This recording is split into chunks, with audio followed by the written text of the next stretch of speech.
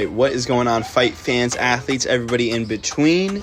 Alright, and I wanted to hit on one of the most common questions I get asked all the time, and that's if I want to be a competitive fighter, why do I only post videos of me hitting the bag and doing at-home workouts? And the answer is completely simple and straightforward, is that I had a stage 3 AC joint dislocation. So that's where your collarbone meets the top of your shoulder. I completely separated it. So there is no AC joint ligament in my body anymore. It is completely torn. And I've been reworking my body to get back to where I can compete. So even as of right now, I still feel 2 to 3 months away from being 100% back to where I want to be before I start competing.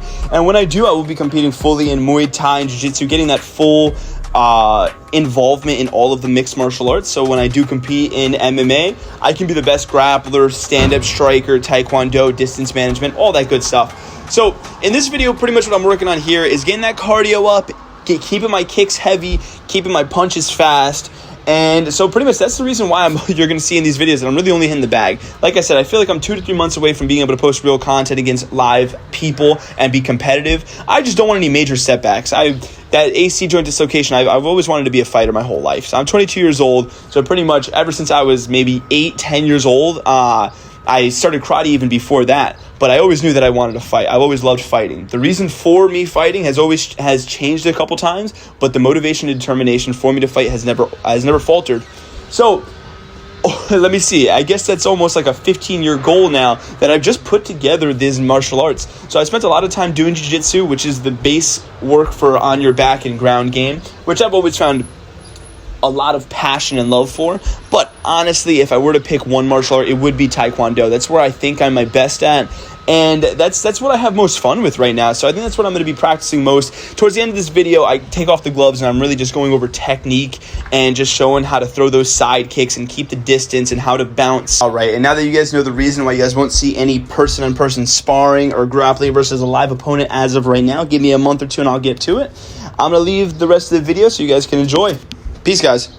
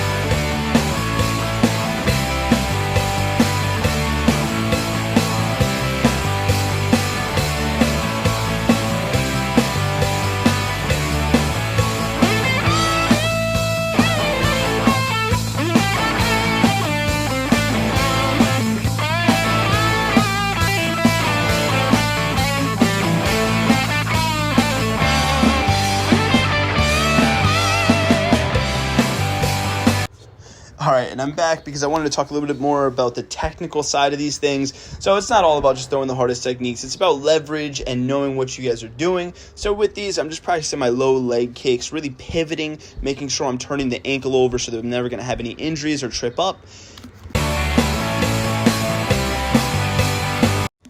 Here we have one of my favorite setups for a turn side kick, which is primarily a Taekwondo move, but it can really be implemented to any defensive strategy. So I like to really be off the center line. So that's why I throw that jab usually, so I can step off to the side as I do right there and really drive that heel through.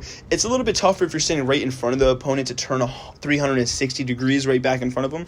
Whereas if you throw that jab, take a step, you're really only turning a little bit more like 180 degrees. You're really only pivoting over the shoulder, which that is the biggest misconception with that kick is that it's a spinning side kick. It is a turn side kick. So I am trying my best to look over my shoulder and throw that kick with me still looking at the bag. So it's not a blind kick, it is a read.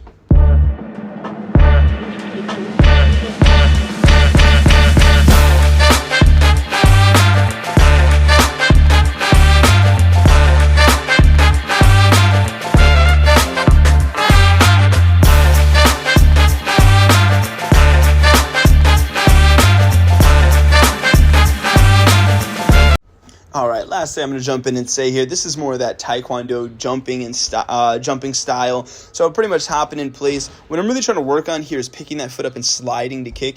It's one of the easiest counters to do that I even see the highest level UFC fighters, they step foot to foot before they throw a kick.